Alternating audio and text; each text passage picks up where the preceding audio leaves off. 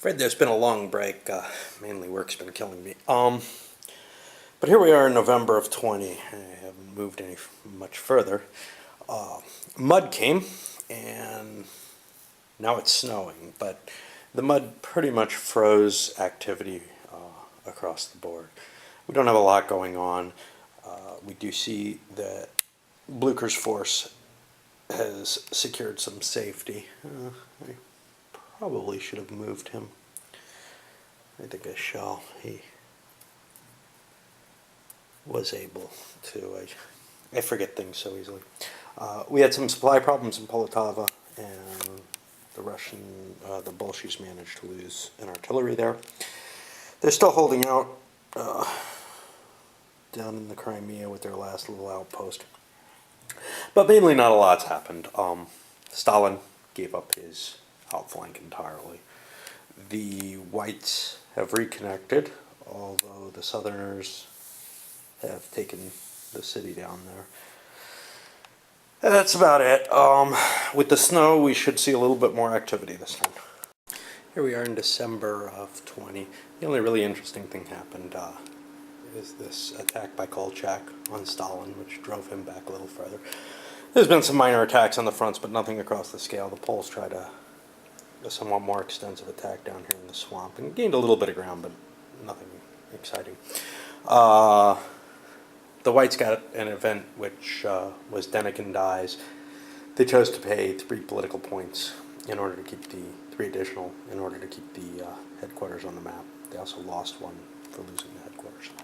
In the beginning of 21, January 21, there was a brief thaw in the south, and now the snows are back. Let's see. We've got not a lot changed, but to me it feels like the whole tenor has swung and the Reds are on the offensive again. Yes, the Poles are still doing a number on them, but they've mainly been halted. Granted, there's a little bit of action going on here, but the Pripyat marshes are just such a painful thing when facing a solid line. You know, when there's a few weak units scattered in them, it's easy to crush. The line in the south is largely pretty solid. One thing we're seeing is some Bolshevik units getting isolated markers. There's 2 reasons for that. One is I lost a headquarters temporarily, like I misplaced it. And the other is the large number of units that they've been producing and not losing. So they're trying to trim their numbers because they just don't have enough cities to garrison and enough leaders to hold everything after they actually lost a leader before out of supply. Big, interesting little bit of action in the south that's beginning to look like that line's cracking. The north, Blucher's managed to pretty much push the Siberians. Now, part of this is because of Kolchak's maneuver against Stalin, which was entirely successful, caught some units out of supply, which disintegrated. But part of it's also just due to the production the Bolsheviks have. You can't keep up with that. The white units can't maintain a sustained offensive because they just don't have the replacement points to keep it up. And the Bolsheviks get enough replacement points. The south is really the problem for the whites. But the Bolsheviks get enough replacement points, and then on top of that, they get piles of new units each turn. 6 to 10 units every turn. That's hard to overcome. And although there might be minor setbacks, it looks to me like the situation is never going to get much worse than this for the Reds. The question is, how well can the Whites hold on? Can they keep enough over the next 2 years to have a chance of winning? The wild card is the Poles. Once the Treaty of Riga comes up, though, the Reds probably will take it, unless they're arrogant as hell or else doing very well. But yeah, that's one of the issues with the game for me, is this is the halfway point. The Whites have not been completely on the offensive so far. I'd say about 2/3 of the game they've had the ability to be on the offensive. But from now on, I can't see any major offensives. The Turks come in at some point, but they're not going to do much. Beginning of February, not a lot of movement. Main thing, the Kolchak line withdrew. We got three Bolshevik armies chasing that. Southern lines are pretty much the same. Got a little siege going on Odessa. There were some major movements in terms of points on this turn.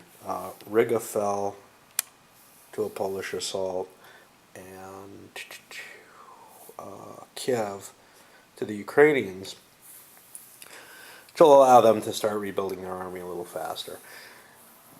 And with Riga, we've got Udinich getting ready to take command there and replace Polish command. I guess that's about it. Beginning of March of 21.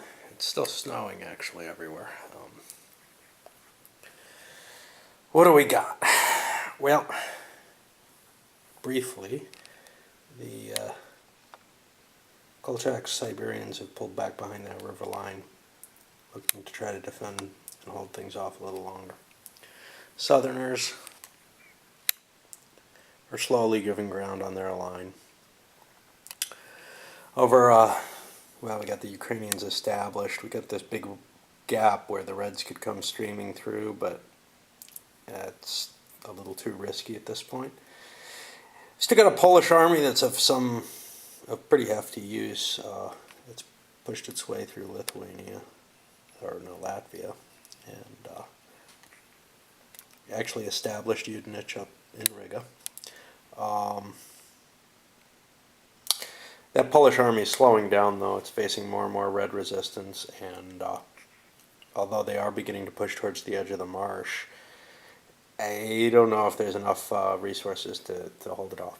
So, Turks came in. As far as I can tell, all they can take is cars. There's a problem with the rules.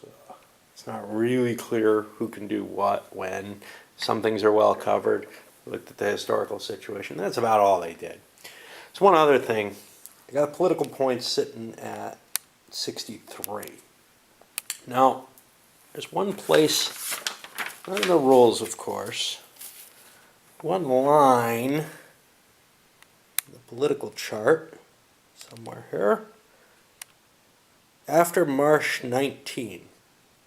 Now, I don't think that's a modifier to headquarter elimination. So I think there's a 1 point per turn penalty after March of 19, which means that we're actually 23 points lower than that, which puts us at about 40. I think that's actually the case. I don't see how the Whites can possibly win by holding off disaster, but I'm going to start playing as though I'm that many points below at any given time, I think. I'm not sure. I'm seriously considering, and I've done this before at this point, just giving up, because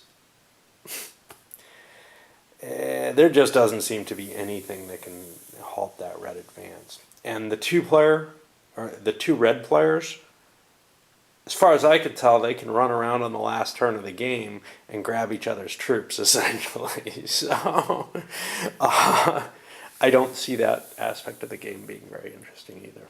All right, I'm going to cut this here.